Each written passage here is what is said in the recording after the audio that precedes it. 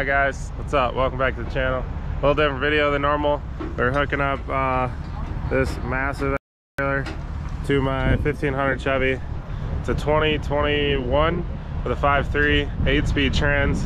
I got airbags on it, some methods, and some stock size tires. So when I did the wheels and tire setup, it weighs about the exact same as factory. It's actually like a pound less per wheel. Other than that, this setup should weigh right around 10,000 pounds. The truck should be rated for about 11,000 pounds. Hitch is rated for 12,000 pounds. So, and I haven't towed anything heavy with this thing. I've towed my enclosed with a race car. It does good, but we'll see how it does. We're heading out of Royal Blue Tech Creek right now. Josh towed it down here. He's got an F350 6.7 power stroke. And we've always just been curious, do you really need a big diesel to tow something like this? These new gassers are rated for a lot, so we're gonna put it to the test, see how it does. We're leaving the mountains now, heading north back to Wisconsin from the Royal Blue Tech Creek area. And no better time than now to test this out than right now, because if it tows like crap or it's sketchy or it sways or anything weird, we can always just pull back off, switch it, put it back on Josh's truck. And he towed it down here. His truck tows great, just doesn't get that great of fuel mileage. He'll tell you guys all about it and later on. But for now, we're getting hooked up to the trailer here.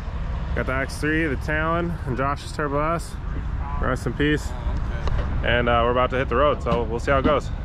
All right, we're hitting the road. We shall see how it does on the on-ramp. Probably gonna struggle.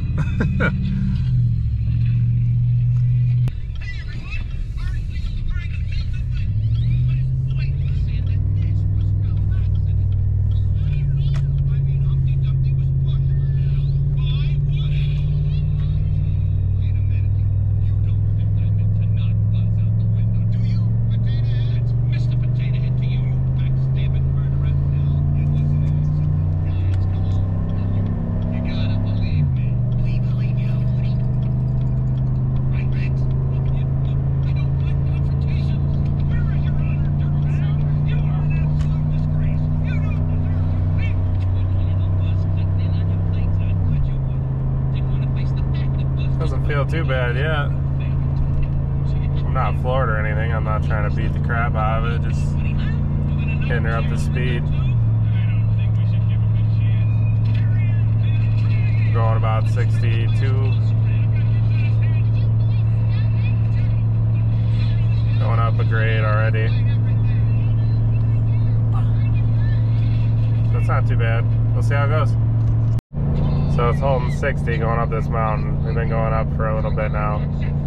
It's at 3,400 RPMs. So it's chugging pretty good, but it's definitely, I mean, you could go faster, but it'd be obviously higher RPMs, just beating the crap out of it more. Well, how is it on the grid? Alright, so we're cruising, checking temps, going up the hills, get water temp goes a little bit over 210. Oil temp goes cruising 180, gets up to 200. Trans temps never got over 190. So all the temps are looking good. Trailer's got a little bit of sway when you hit bumps or like major potholes or whatever in the road, but other than that, I mean, it's chilling, it's cruising. So it does really well with sway. The truck still rides great, which is awesome. Speed, we're doing anywhere from 65 to 75. Some of the really big hills will slow down to 60.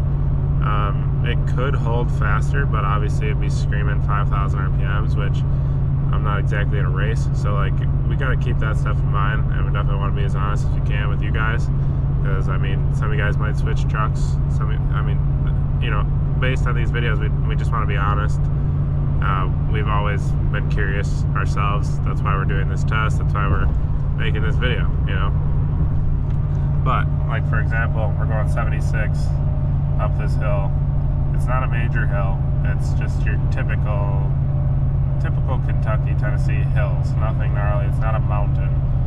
And it cruises right up at 70. It might grab one gear at the top. It depends, you know, what speed you're trying to hold. But for the most part, I'm just trying to hold around 70.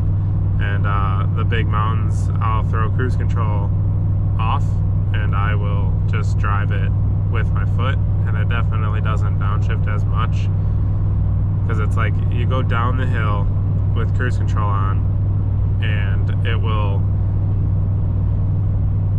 if you hit the hill at 65, 70, and then to get to the top of it, you know, it's gonna scream to maintain that. But so like if I see a big hill coming, I'll turn cruise control off and I'll just speed up to 75 or so, and then I'll just use my foot and slow down to 65, 70 by the time I get to the top, and it doesn't downshift near as much. Kind of the same way I drive the RV, and I mean that's obviously a big upside to the diesel stuff, is you don't have to do any of that. You just set cruise and let it eat, obviously. But so far it's doing good, so I just want to give you guys a little bit of an update there, let you know what speed we're doing, and go from there. So we'll pick back up with you guys when we get to the next stop.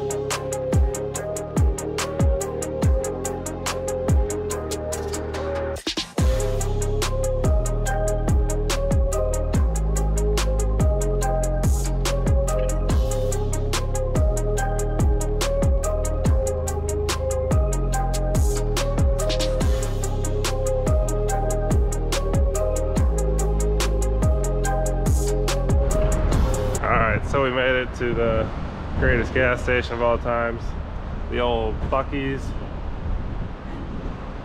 This place is sick, but massive difference in fuel prices from gas to diesel, which I'm sure you guys know, which obviously fluctuates all the time. But I think like generally gas is cheaper. But here you got it. Diesel is $4.50, gas is $3.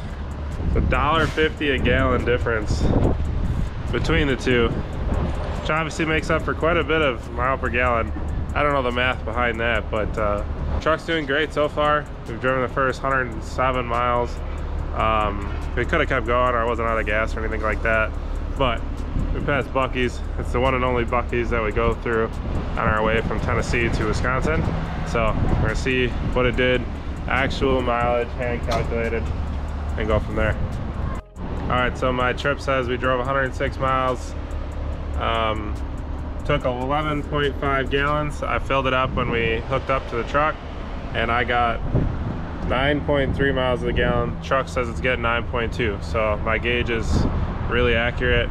Josh's powerstroke, we did the same exact thing, and he's getting 23 miles of the gallon. So he was going pretty much the same speed as me, which is pretty slow for being unloaded, I'll admit to that. I mean, yeah, but going fast, like 75, 70 on cruise, the way here was roughly 11 miles per gallon. So I mean, not bad, but is it worth having a diesel?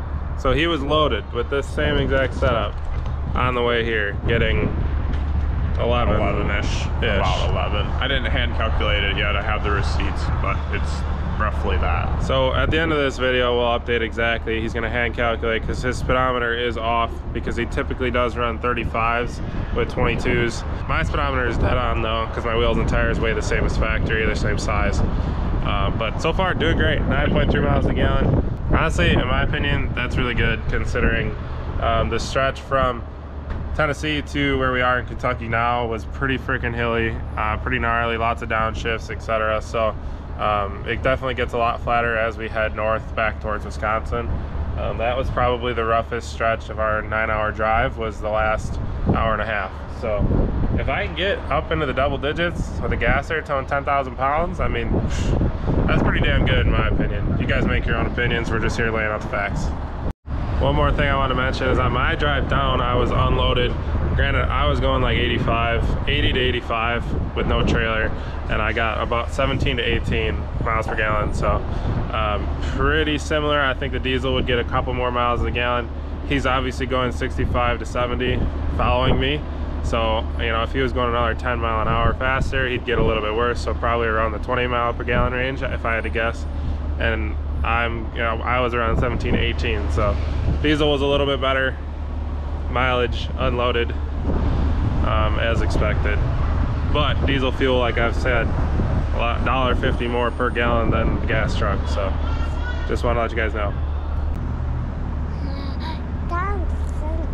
Are we going to Buc-ee's?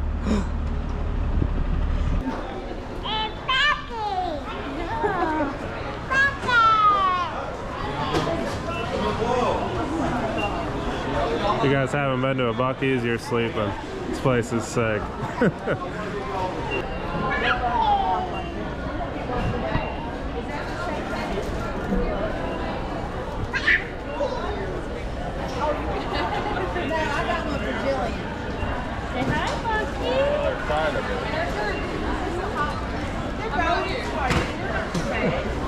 You guys want a picture of Bucky? Go give Bucky a hug. Oh, that's so nice. Okay, come on. Other people. Oh my goodness. Come on. Other people need to say hi. Come on.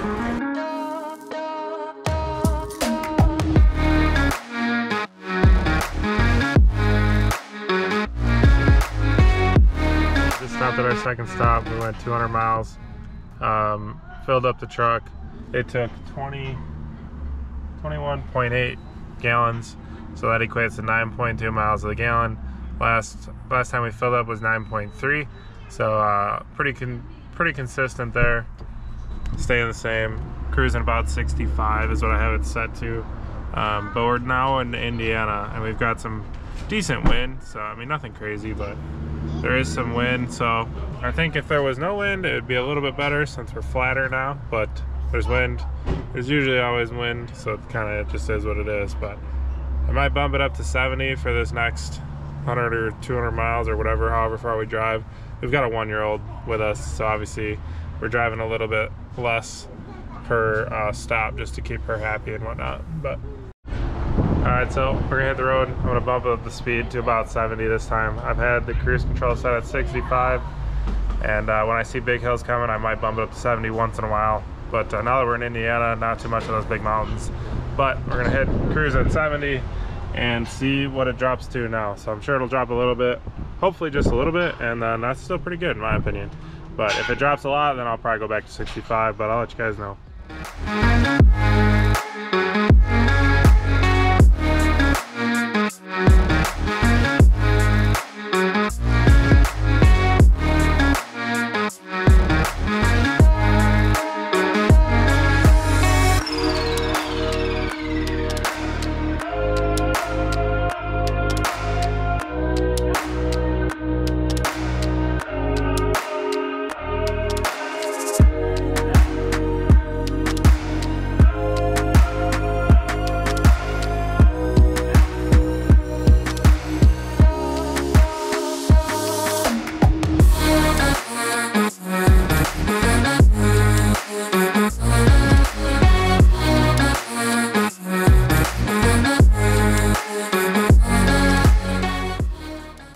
We're back home. Got the rigs, got the tail end of the X3 unloaded, got the 1500 unhooked. Ended up towing it the whole way home from Tennessee to Wisconsin. So through the mountains, coming out of the mountains, then into Kentucky, which was a little hilly, nothing too gnarly. Then the flatlands of Indiana, where it gets pretty windy. So a little bit of everything, honestly. I mean, that's the drive we typically do, from Wisconsin to Tennessee, Tennessee to Wisconsin, Kentucky, Tennessee, Wisconsin. That's where we ride a lot. Indiana. But anyways, we're hooking up the Ford right now. So we got the Ford hooked up now, and well, just to recap everything, this video was filmed like yesterday morning all the way to the next day. So the 1500 got 9.3, 9.2, so 2 tanks of 9.3, and 9.2. And that was going around 65 miles an hour coming out of Tennessee all the way into Illinois, because I filled up, yeah, basically all the way from Tennessee to Illinois, and then from Illinois, or yeah, Tennessee to Indiana, and then from Indiana home. Well, I bumped it up to 70 mile an hour, and that's when I got 8.8 miles of the gallon, so it went down a little bit. And yeah, so that's the 1500 scoop. It didn't sway, didn't do anything weird, towed great, honestly.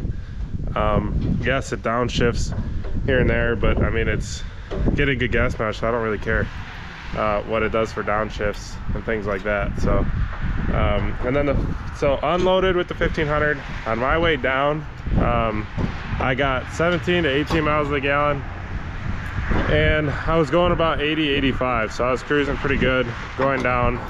And then Josh in the powerstroke unloaded, got really good mileage. What'd you get? 23.6 and 23.2 on the first 2 fuel stops. So that was Tennessee to Indiana, and then lovely Chicago traffic. It went down to like 22.3. So that's also going the same speed that I was going towing this home. He was behind me, so a little bit slower than I was going. I mean, quite a bit slower, probably 10 mile an hour average slower than I was going down. So if I had to guess, I'd say the 1500 probably would have got about 20. Keep in mind, fuel is at least $1 more in the general area, and about $2 more for diesel where we live.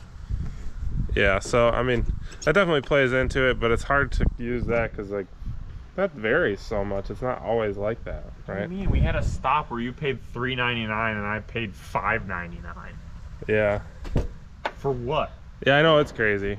So it's definitely something to mention and keep in mind. Not to mention oil changes, etc. Everything is really expensive in a diesel. Granted, the diesel truck does tow it better, obviously.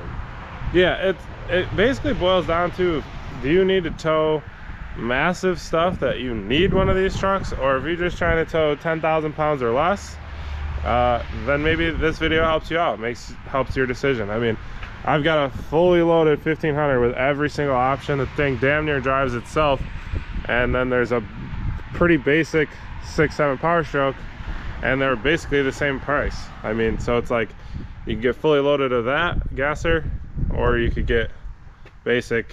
It all depends what you're using for, basically. So me towing this down there loaded, I got 9.5 from my house through my first stop just after Chicago, which I don't know what the speed is because it sucks no matter what you do driving there. I'd say 65 to 70, but you're hitting the brakes, you're getting cut off, you're mad, stressed out. It is the worst part of any drive.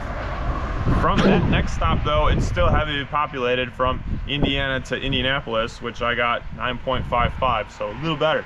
But keep in mind, still flat, but heavy traffic. But then from the last stop in Indiana to Buc-ee's in Richmond, I got 11.6. So that's cruise control at 70 or 75. So his way down was kind of before we really 100% decided to make this video. Otherwise we would have tried better to keep the speeds the same, in my opinion. But the speeds are close. I'd say probably an average of like 5 mile an hour more in this. I went 70 on cruise most of the time in the right lane because I'm so stressed out after being through Chicago.